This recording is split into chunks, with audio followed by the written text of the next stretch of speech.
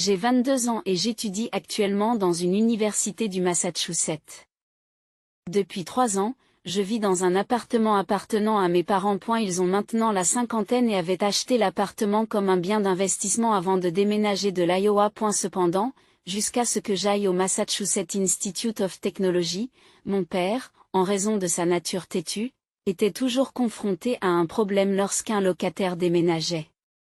Pendant mes années d'université, j'ai vécu dans cet appartement. Grâce à la gentillesse de mes parents, j'ai pu y vivre avec un loyer moins élevé, et je l'apprécie vraiment. L'appartement d'une chambre située près de l'université coûte $1 250 par mois, charges comprises. Ce n'est pas luxueux, mais c'était mon petit sanctuaire. J'ai grandi dans une famille amish, dans un environnement très strict. Surtout pour une fille. Mes parents m'ont toujours enseigné que le rôle d'une femme était de soutenir et de servir les hommes. J'ai lutté contre cette idée et j'ai cherché ma propre voie, mais je me sens toujours liée aux attentes de ma famille. En grandissant, j'ai été très peu exposée à la technologie, mais aujourd'hui, ironiquement, j'étudie la biologie computationnelle et systémique. Pour parler un peu de ma famille, j'ai une sœur.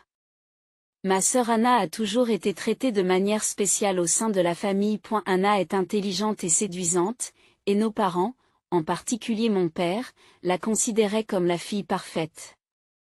Elle a toujours reçu le meilleur de tout. Chaque fois que nous nous disputions, on me blâmait et on me réprimandait pour que je m'en sorte. Pendant mon adolescence, j'ai économisé mon argent de poche mois après mois et j'ai finalement acheté la robe que je désirais tant. Cependant, le même week-end, Anna voulait aller à un concert. Et mon père a exigé que je lui donne ma robe, en disant que je paierais pour la robe. Mais je n'ai jamais reçu le paiement de la robe. J'ai pleuré pendant des jours, mais je n'avais aucun moyen de changer la situation. Les règles strictes de l'hommage ne s'appliquaient pas à Anna, et j'avais l'impression d'être la seule concernée. C'est ce qui m'a donné envie de chérir davantage ma propre vie. Après avoir obtenu son diplôme de fin d'études secondaires, Anna a vécu une vie urbaine somptueuse à New York et a travaillé pour une start-up technologique de luxe. Lorsque j'ai déménagé dans le Massachusetts, Boston et New York étaient physiquement proches, mais émotionnellement éloignés, et Anna n'a jamais suggéré que nous nous rencontrions. Nous n'étions pas proches en tant que sœurs, et notre relation est restée superficielle. Le fait de vivre dans la même région, mais de ne pas se rencontrer ne me dérangeait pas beaucoup. Car cela symbolisait la liberté par rapport à mon enfance difficile. Mais l'histoire allait connaître un nouveau rebondissement. Apparemment, l'entreprise d'Anna a fait faillite il y a quelques mois, et elle ne l'a dit à personne. Tout le monde pensait qu'elle s'en remettrait rapidement, mais la réalité était tout autre. Aujourd'hui, Anna a perdu son travail et sa maison, et ces actes transparents de faux-semblants ont commencé. Et la semaine dernière, ma mère m'a appelé d'une voix désespérée, me disant à quel point la situation d'Anna était difficile, et elle a plaidé pour que la famille l'aide. Je m'attendais à ce qu'on me demande de laisser Anna vivre avec moi pendant un certain temps. Bien que réticente, je pensais que c'était inévitable puisque nous sommes de la même famille. Mais l'idée de ma mère était complètement différente. Elle a plutôt exigé que je déménage et que je trouve un nouvel endroit pour moi. Elle ne voyait pas d'inconvénient à ce qu'Anna vive ici. Mais le problème, a dit ma mère, c'est que je veux que tu continues à payer le loyer mensuel de $1 250 pour qu'Anna puisse y vivre. Mes parents voulaient maintenir le léger revenu de cette maison, mais ils n'aimaient pas prendre l'argent directement à Anna. J'ai été choquée et j'ai protesté, maman. Je suis encore étudiante et je n'ai pas les moyens de louer mon propre logement. Mais ma mère n'a pas voulu changer de sujet et n'a cherché qu'à me faire culpabiliser. Elle a répété à l'envi que la situation d'Anna était difficile et que je devais remplir mon rôle de membre de la famille. À ce moment-là, j'ai eu l'impression d'entrer dans un monde absurde et surréaliste. Il me semblait tout à fait déraisonnable de punir un enfant qui paie le loyer et d'en laisser un autre vivre là sans aucune contrainte. J'ai fait valoir qu'Anna était une adulte et qu'elle devait assumer la responsabilité de sa vie. Mais ma mère a critiqué en pleurant, « Allez-vous abandonner un membre de votre famille dans le besoin ?» En effet, le loyer actuel est très abordable et il serait impossible de trouver un autre logement dans de telles conditions. Mon père m'a également laissé tomber au lieu de m'aider. Lorsque je lui ai fait part de ma position au téléphone, il s'est contenté de répéter « Ta mère a raison. Chacun doit sacrifier quelque chose pour la famille. » Il a également ajouté que tu devrais être fier de remplir ton rôle de femme et de soutenir ta sœur dans le besoin. J'avais envie de crier. De quoi parlez-vous? Pourquoi tous les sacrifices que j'avais faits jusqu'à présent? J'ai travaillé à temps partiel et je me suis entièrement consacrée à mes études pour couvrir mes frais de subsistance. Quand mes efforts seront-ils reconnus? Ces 2 dernières années, j'ai bénéficié d'une bourse complète et je n'ai jamais fait payer de frais de scolarité à mes parents. Bien sûr, je ne suis pas parfait non plus. Parfois, pour maintenir la paix au sein de la famille. J'ai étouffé mes propres sentiments et je me suis plié aux exigences déraisonnables de mes parents. Il m'est même arrivé de manquer la fête d'anniversaire de mon meilleur ami pour assister à une réunion de famille à laquelle je ne voulais vraiment pas aller. C'était parce que mon père disait que la famille passait avant tout. Je n'en suis pas fière. Mais j'ai souvent joué le rôle de la bonne fille. Cependant, cette fois-ci, quelque chose s'est brisé en moi. C'est peut-être dû à la pression des examens finaux qui approchent. Ou peut-être que j'ai finalement atteint ma limite, celle de toujours réprimer mes propres sentiments pour donner la priorité aux autres. J'ai finalement pris une position ferme et j'ai dit « non ». Comment suis-je censé abandonner ma propre vie et continuer à payer le loyer d'Anna, qui ne fera que resquiller? Ils ont réagi comme si j'avais déclaré que je m'enfuyais pour rejoindre le cirque, me regardant comme si j'étais folle. À eu téléphone. Ma mère m'a traité de fille égoïste et ingrate, puis a raccroché. Mon père a envoyé un long message disant « Tu trahis la famille et ta foi. » Par la suite, j'ai continué à lutter pendant des jours, me persuadant que j'étais la pire fille et la pire sœur au monde. Bien sûr, je comprends la situation difficile d'Anna et je ne manque pas d'envie de l'aider. Mais est-ce que j'ai tort de penser qu'il est injuste que l'on attende de moi que je m'handicape financièrement pour sauver leur précieuse fille? Est-ce si grave que je veuille simplement continuer à vivre avec mon loyer actuel bon marché? Après tout, ce sont mes parents. Ne devraient-ils pas naturellement vouloir m'aider? Tout ce que je veux, c'est que ma vie soit un peu plus facile. Je comprends qu'Anna n'est pas malveillante, mais elle a toujours obtenu les choses facilement. Comprend-elle vraiment à quel point j'ai travaillé et lutté pour obtenir ce que j'ai? Elle a toujours été aimée et privilégiée. Elle est belle. Obtient de bons résultats aux examens sans étudier, et sa recherche d'emploi s'est déroulée sans encombre. Elle a acquis de l'expérience dans une start-up et mes parents l'ont gentiment soutenue lorsqu'elle était en difficulté. Cependant, ils ne semblent pas conscients de l'injustice de la situation. Honnêtement, je ne peux m'empêcher de me sentir un peu heureux que sa start-up ait échoué. S'ils veulent qu'Anna vive dans mon appartement, ils en ont le droit en tant que propriétaire, mais je ne veux pas continuer à payer alors que je ne peux même pas trouver un endroit où dormir. J'ai commencé à chercher des chambres abordables près du campus, mais avec le début du semestre, il n'y en a presque plus de disponibles, et c'est difficile. Je veux rester fidèle à mes convictions, mais la culpabilité me pèse constamment. J'ai toujours ressenti cela. Toute ma vie, j'ai été mise au second plan. Et il n'est pas facile de changer cet état d'esprit. Je refuse de déménager et de continuer à payer un loyer pour que ma sœur puisse vivre gratuitement. Ai-je tort de me protéger d'abord? Ou suis-je vraiment la fille égoïste et égocentrique que mes parents prétendent que je suis? Honnêtement, je remets tout en question. Une partie de moi veut juste maintenir la paix et se conformer sans causer de problème dans la famille. Mais une autre partie de moi hurle que c'est l'occasion rêvée de me défendre et d'arrêter de me faire piétiner comme avant. J'ai toujours ressenti un manque et j'en ai assez que mes rêves et mes espoirs soient mis de côté au profit de ma sœur.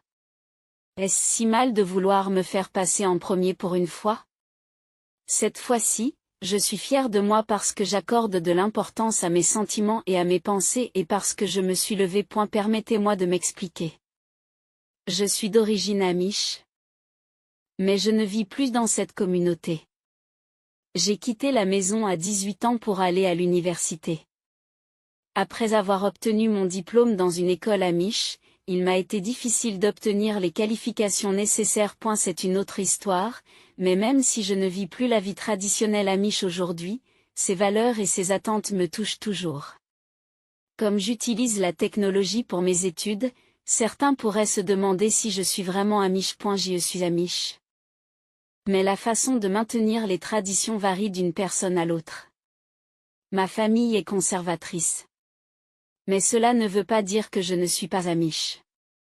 J'ai simplement choisi une voie différente. J'y fais des choix différents de ceux qui disent qu'une fille doit simplement obéir à ses parents et être reconnaissante d'avoir un endroit où loger. Je ne suis plus une enfant et je paie moi-même mes études. Ce n'est pas parce que je vis dans l'appartement de mes parents que personne n'a le droit de changer ma vie de manière fantaisiste. À ceux qui disent qu'en tant qu'aîné, vous devriez donner la priorité à votre sœur et vous sacrifier pour elle, ou que vous devriez céder votre place à votre sœur. Je tiens à dire que nous ne sommes plus au XIXe siècle. L'ordre de naissance ne devrait pas dicter quoi que ce soit entre frères et sœurs.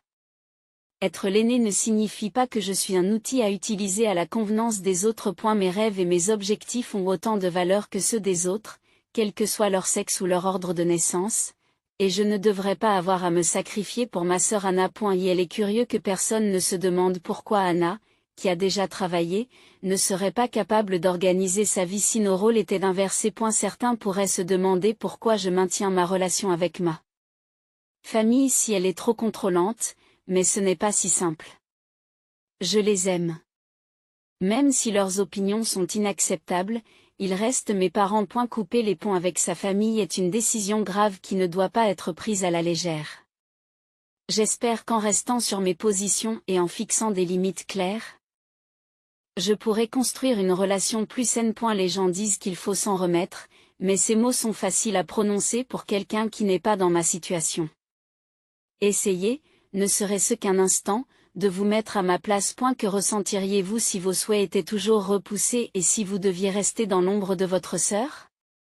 Et si vous pensiez commencer à vivre votre propre vie, mais que votre famille était sur le point de tout gâcher pour votre sœur préférée? Il ne s'agit pas seulement de l'appartement, mais de la façon dont les choses se passent fondamentalement. Demander le respect et la considération de ma famille n'est pas un signe de gâtisme. Avoir ses propres rêves et objectifs n'est pas un problème d'attitude. Je ne cherche pas à obtenir un traitement spécial. Je veux simplement être traité équitablement. Certains pourraient se demander pourquoi vous ne déménagez pas pour soulager vos parents du loyer. Je le ferais si la situation le permettait. Mais connaissez-vous le marché locatif actuel dans le Massachusetts? Même avec des bourses et des emplois à temps partiel, la vie est assez difficile. Je n'aime vraiment pas demander une aide financière à mes parents et je me débrouille du mieux que je peux avec la situation actuelle.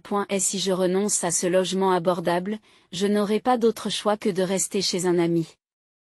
Mais je ne sais pas vivre avec les autres. Je comprends que les familles doivent s'entraider. Cependant, j'ai toujours fait passer mes sentiments en dernier. Je ne peux plus supporter cette répétition. Il n'est pas nécessaire que je me surmène pour ma sœur. Et je ne pense pas qu'il soit mauvais de donner la priorité à mes sentiments.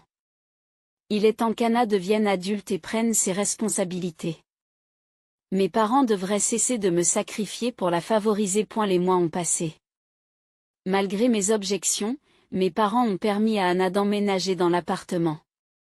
Le week-end dernier, elle est arrivée avec ses affaires et s'est installée confortablement dans la chambre, tandis que j'ai fini par dormir sur le canapé. Je sais que je ne devrais pas payer, mais je ne peux pas supporter de recevoir des appels de déception de mes parents maintenant qu'Anna est déjà là.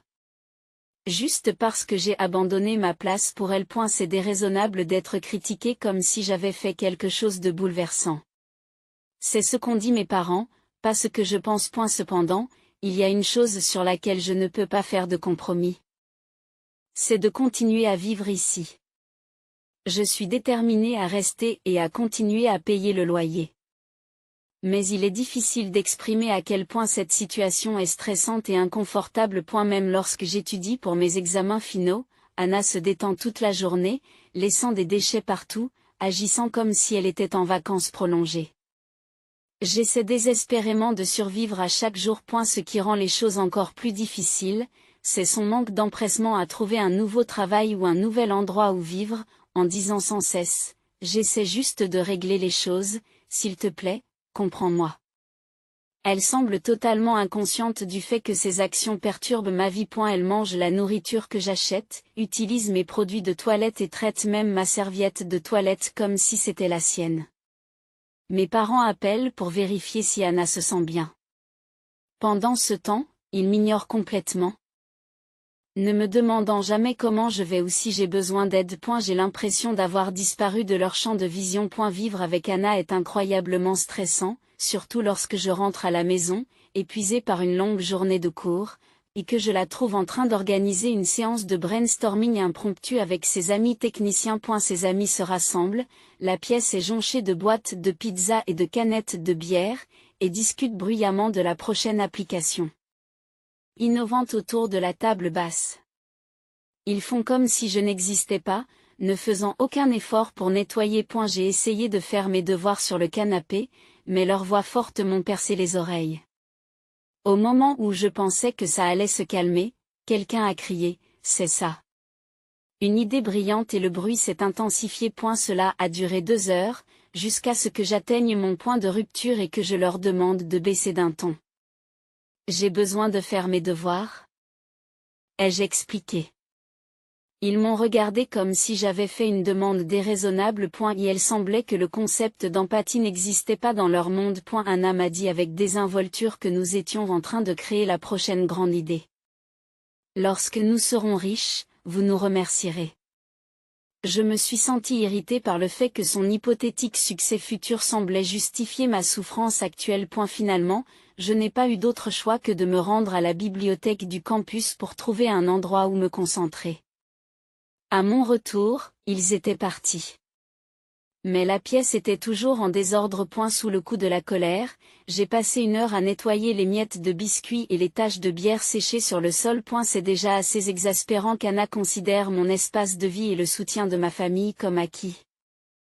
Mais qu'elle vienne avec ses amis agaçants et agisse comme si j'avais tort de vouloir un espace calme dépasse ma patience. J'essaie de rester calme et de me concentrer sur mes études, mais chaque fois que cela se produit, il devient clair qu'Anna ne tient pas du tout compte de ma vie. Je ne peux plus supporter cette situation. Je continue à étudier tout en essayant de garder la raison, mais c'est de plus en plus difficile. Épuisé de dormir sur un canapé étroit et angoissé à l'idée de payer le loyer si je devais quitter cette maison, je réduis mes dépenses alimentaires, ce qui affecte également mes résultats scolaires. Je me sens étouffée, et il semble que personne ne s'en aperçoive, même lorsque je demande de l'aide.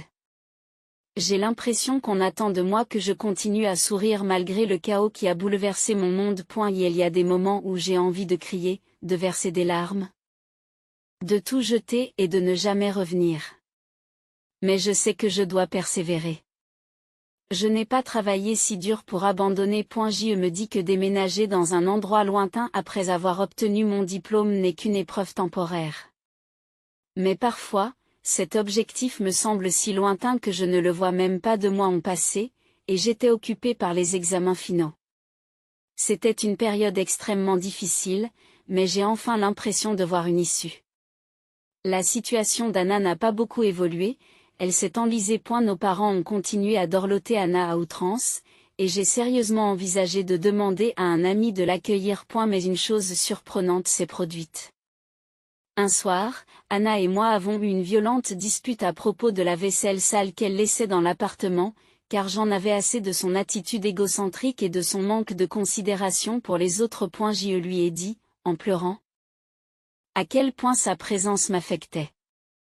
Pour la première fois, elle m'a vraiment écoutée. Anna s'est enfin rendue compte du stress qu'elle me faisait subir. Elle avait été tellement accablée par ses propres problèmes qu'elle n'avait pas pensé aux autres. Elle s'est excusée auprès de moi, a annoncé à nos parents qu'elle allait déménager et leur a dit qu'ils devaient respecter ma situation. En outre, elle a même proposé de rembourser le loyer pour la période pendant laquelle elle a vécu là. J'ai été déconcertée par son offre. Je n'avais pas imaginé qu'Anna tiendrait tête à nos parents à ma place. Cependant, nos parents ont rejeté sa proposition. Ma mère a essayé de me culpabiliser et n'arrêtait pas de pleurer, tandis que mon père semblait déçu. Mais Anna et moi avons tenu bon face à nos parents. Et la situation n'est pas encore complètement réglée. Mais je continue à garder espoir et à me concentrer sur la fin de ce semestre. J'ai réussi mes examens finaux et j'ai décroché un stage d'été. J'ai l'impression d'avoir atteint un objectif pour la première fois depuis longtemps. Je me sens désormais maître de ma vie. Je sais qu'il reste encore de nombreux défis à relever avant que notre famille puisse vraiment se considérer comme des égaux. Mais les mesures que nous avons prises et ce que j'ai appris pour m'affirmer m'ont donné une grande confiance en moi. Une année s'est écoulée et ma vie a changé de manière significative.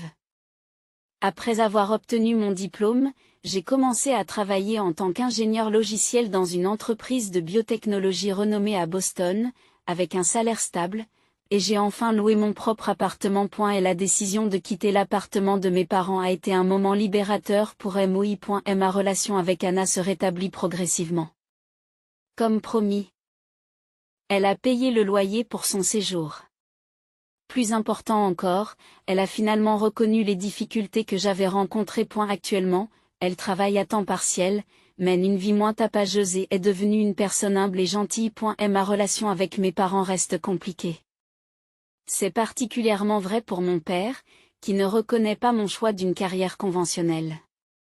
En revanche, mes relations avec ma mère s'améliorent peu à peu. Le mois dernier, elle a visité mon appartement pour la première fois. Bien qu'elle ait été un peu choquée de voir un ordinateur sur mon bureau, elle a commencé à reconnaître mes réussites. Quitter la communauté Amish pour se forger une vie dans l'industrie technologique n'a pas été un choix facile. Mais la leçon la plus importante que j'ai apprise au fil des ans est que je ne dois pas définir ma valeur en fonction de comparaison avec d'autres personnes ou d'attentes traditionnelles. Récemment, j'ai déjeuné avec Anna. À cette occasion, elle s'est soudain excusée pour notre relation d'enfance. Elle a enfin commencé à comprendre à quel point il était néfaste pour nos parents de toujours nous comparer et nous monter l'un contre l'autre. Aujourd'hui, nous essayons de construire une nouvelle relation entre sœurs. Non pas basée sur la compétition ou la jalousie, mais sur le partage de la joie et la célébration des succès de l'autre. Libérés des attentes et des valeurs traditionnelles de nos parents, nous pouvons enfin devenir de vraies sœurs. Je peux maintenant dire en toute confiance que c'est le début de ma vie. Bien que certaines valeurs amish me soient encore chères, elles ne sont plus imposées mais choisies par moi. Cette expérience m'a appris à avoir mes propres opinions et le courage de les exprimer. C'est peut-être la découverte la plus importante de toutes.